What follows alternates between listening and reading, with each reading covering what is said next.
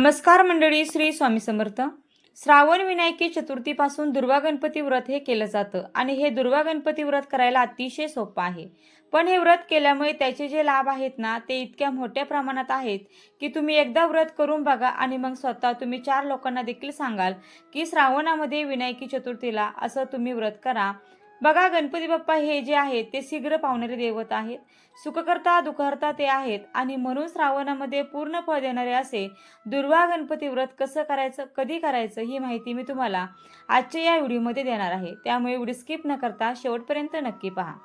तर बघा, 16 ऑगस्ट 2026ला येत्या रविवारी आहे श्रावण महिन्यातील विनायकी चतुर्थी. तर या विनायकी चतुर्थीच्या दिवशी तुम्हाला दुर्वा गणपती व्रत जे आहे ते सुरू करायचं आहे. आता हे व्रत जे आहे ना, ते सगळ्यात पहिले प्रत्येक महिन्याच्या शुक्ल चतुर्थीला विनायकी चतुर्थी येत असते. प्रत्येक महिन्यात एक संकष्टी चतुर्थी येते आणि एक विनायकी चतुर्थी. तर बघा, शुक्ल पक्षातल्या चतुर्थीला आपण विनायकी चतुर्थी असं म्हणत असतो आणि कृष्ण पक्षातल्या चतुर्थीला संकष्टी चतुर्थी असे म्हणत असतो. आणि अगदी सोप्या भाषेत सांगायचे झाले तर पौर्णिमेनंतर चौथ्या दिवशी जी चतुर्थी येते ती संकष्टी चतुर्थी व अमावस्येनंतर चौथ्या दिवशी जी चतुर्थी येते ती विनायकी चतुर्थी. आता तुम्हाला समजले असेल. तर बघा, श्रावणातली विनायकी चतुर्थी जी आहे तर ती अतिशय विशेष मानली जाते. बघा, या विनायकी चतुर्थीला गणपतीचे दुर्वा गणपती व्रत जे आहे तर ते केलं जातं. हे 2, 3 किंवा 5 वर्ष केलं जातं.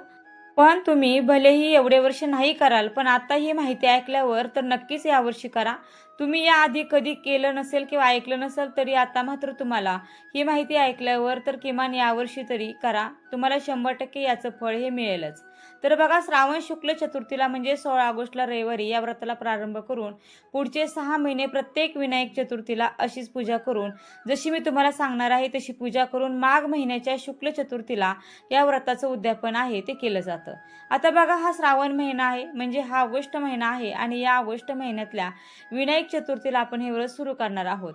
श्रावण विनायक चतुर्थीला आणि माघ चतुर्थी कधी येईल तर जानेवारी 2027च्या विनायक चतुर्थीला माघ विनायकी चतुर्थी येईल. तर असे हे 6 महिने व्रत करून त्याचं मग विनायकी चतुर्थीला तुम्हाला उद्यापन हे माघ महिन्यामध्ये करायचं आहे. आता व्रताचं उद्यापन पण अगदी साधं सोपं आहे. व्रताच्या उद्यापनाच्या वेळेस तुम्हाला तांदळाच्या पिठाच्या तुपामध्ये तळलेले 18 मोदक करायचे आहेत आणि 18 मोदकांचा नैवेद्य गणपती बाप्पांना दाखवून त्यातले 6 मोदक गणपती बाप्पांसमोर ठेवायचे आणि 6 मोदक जे आहेत ते आपल्या घरातल्या सगळ्यांनी प्रसाद म्हणून खायचे असतात. आणि उरलेले 6 मोदक जे आहेत तर ते स्वतः शक्यतो जे व्रत करणार आहेत तर त्यांनी ते 6 मोदक खायचे असतात.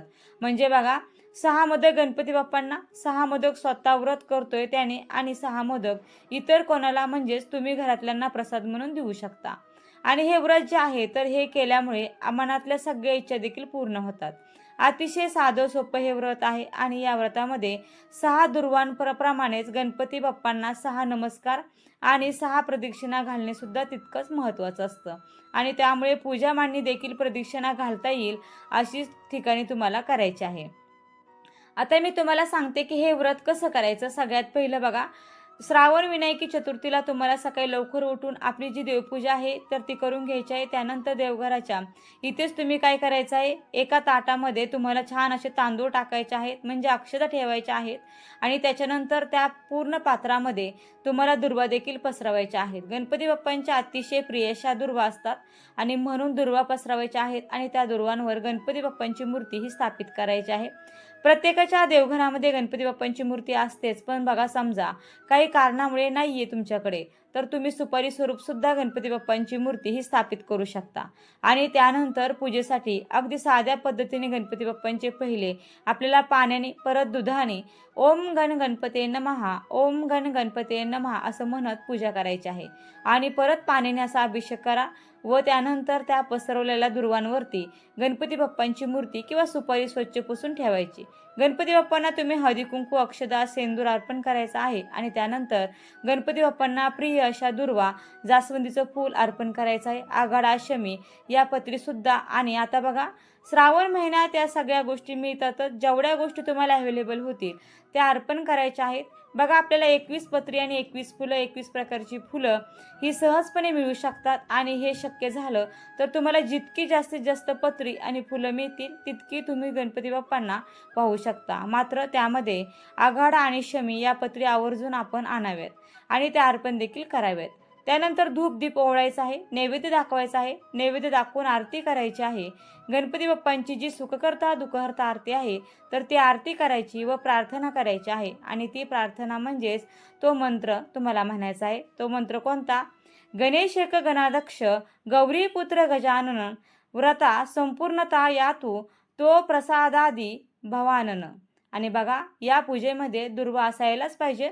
दुर्वांना खूप खूप महत्त्व आहे. गणपती बाप्पांना मनोभावे आपण दुर्वा 21 दुर्वांची जुडी सुद्धा अर्पण करा. आणि दुर्वांवर जे गणपती बाप्पांची मूर्ती किंवा सुपारी जी आहे तर ती आपल्याला स्थापित देखील करायची आहे. आता बघा, हे व्रत खरंच आता पाहायला गेलं, मी तुम्हाला सांगितलं, अतिशय अवघड नाही, अतिशय हे सोपं व्रत आहे. आणि या दिवशी उपवास देखील करा. आणि संध्याकाळी तुम्हाला गणपती बाप्पांना नैवेद्य दाखवून उपवास सोडायचा आहे. मोदकाचा नैवेद्य तुम्हाला अर्पण करायचा आहे. आता गणपती बाप्पांना बघा, दुर्वा अर्पण केल्याशिवाय हे व्रत जे आहे तर ते पूर्ण होत नाही. आणि दुर्वा या श्रावण महिन्यामध्ये तुम्ही बघाल ना, सगळीकडे दुर्वा आलेल्या असतात, उगवलेल्या असतात. बऱ्याच ठिकाणी किंवा जिथे देवांची फुले वगैरे मिळतात तिथेही तुम्हाला त्या सहज मिळून जातील. तर शक्य असेल तर किंवा मान्यतेनुसार विषम संख्येमध्ये तुम्ही गणपतींना दुर्वा वाहू शकता. जसे की 3, 5, 7 किंवा 9, 11, 21 अशा प्रकारच्या दुर्वांची जुडी ही तुम्ही गणपती बाप्पांना वाहू शकता. तर दुर्वा या अमृतासमान मानल्या जातात, कारण दुर्वा ही औषधी वनस्पती आहे. आता दुर्वा गणपतीची एक छोटीशी देखील व्रतकथा आहे, तीही तुम्हाला सांगते. पौराणिक कथेनुसार अंलासूर नावाचा राक्षस पृथ्वीवर सर्वांना त्रास देत होता. सर्व देवांनी भगवान गणेशांना प्रार्थना करून रक्षणासाठी सांगितलं. बाप्पाने राक्षसांशी तुंबळ युद्ध केलं आणि रागाच्या भरामध्ये असुराला खाऊनच टाकले. परंतु त्या विषारी राक्षसाने बाप्पांच्या पोटामध्ये जाताच उपद्रव सुरू केला. बाप्पांच्या अंगाची लहाईलाई होऊ लागली.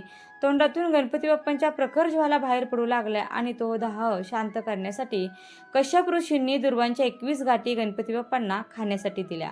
तसेच 21 दुर्वांची जुडी ही गणपती बाप्पांच्या मस्तकावर ठेवल्या.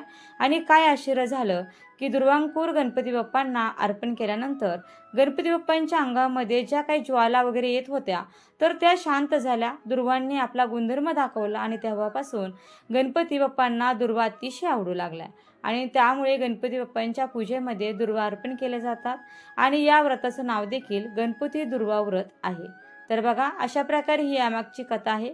कारण कुठली पण गोष्ट आपल्याला व्यवस्थित पटल्याशिवाय आपण ती व्रत किंवा जे काय आहे ते करत नाही. आणि त्यामुळे कथा वगैरे ऐकली वाचली तर आपल्याला काहीतरी गोष्टी समजतात. आणि गणपती बाप्पांना मोदक हे देखील अतिशय प्रिय आहे.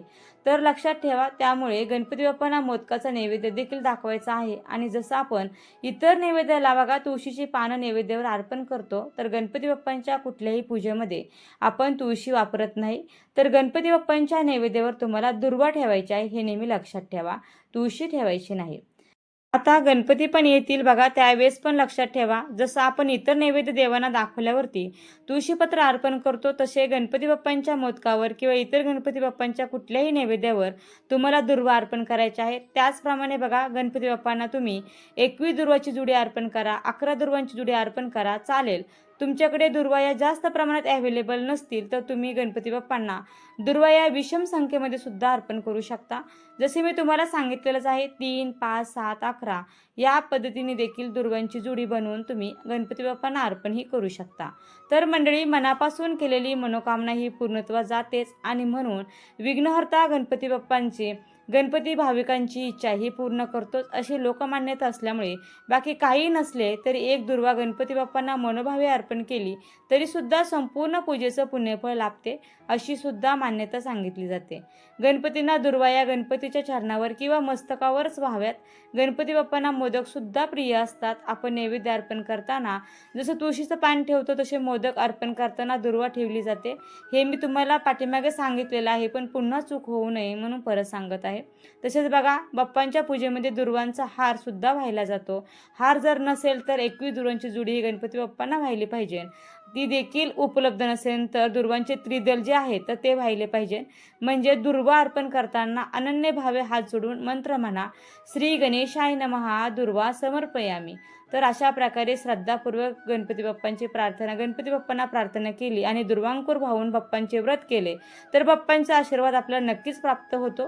बघा, रोज जरी गणपती बाप्पांना दुर्वा अर्पण करायला नाही जमलं तरी सुद्धा भगवान गणपती बाप्पांचे काही विशेष दिवस असतात, जसे की संकष्टी चतुर्थी, अंगारकी अंगारकी चतुर्थी, मंगळवार, बुधवार तसेच गणेश उत्सवमध्ये असलेले 10 दिवस अशा मंगलमय दिवशी बाप्पांना दुर्वा या अर्पण कराव्यात. तसेच गणपती बाप्पांना दुर्वा वाहताना एक काळजी देखील घ्यायची आहे. ती बरेच जण दुर्वा या न खुडता म्हणजे त्याचे त्रिदल न बनवता जशा दुर्वा आहेत तशाच वाहतात, पण असं करू नये. आपण दुर्वा एक एक दुर्वा हातामध्ये घेऊन त्याचे त्रिदल बनवावे, म्हणजे बाकी अंकुर हे काढून टाकून फक्त 3 अंकुर या दुर्वेला राहतील अशी काळजी घेऊन अशा विषम संख्येमध्ये तुम्ही दुर्वा ह्या वाहू शकता. पण दुर्वा आपण अर्पण करायचेच आहे. अतिशय मनोभावी, अतिशय साध्या भोळ्या मनाने हे व्रत तुम्हाला करायचं आहे. 100% तुम्हाला त्याचं फळ देखील मिळेल. तुम्ही बघा, संकल्प वगैरे असं काही नाही, फक्त पहिल्या दिवशी जेव्हा तुम्हाला व्रताला सुरुवात कराल, बाप्पांना नमस्कार मनोभावे करायचा आहे. बाप्पांना सांगायचं आहे की अशी माझी इच्छा आहे, किंवा कुठली इच्छा नसेल तरी पण चांगल्या सुखासाठी, आनंदासाठी आपण हे व्रत करू शकतो. आणि मग विनायक चतुर्थीला या व्रताला सुरुवात करा. आणि बघा, शेवटचा माघ महिन्यातल्या विनायक चतुर्थीला याचं उद्यापन करायचं आहे. उद्यापन कसं करायचं हेही मी तुम्हाला सुरुवातीला सांगितलेलं आहे.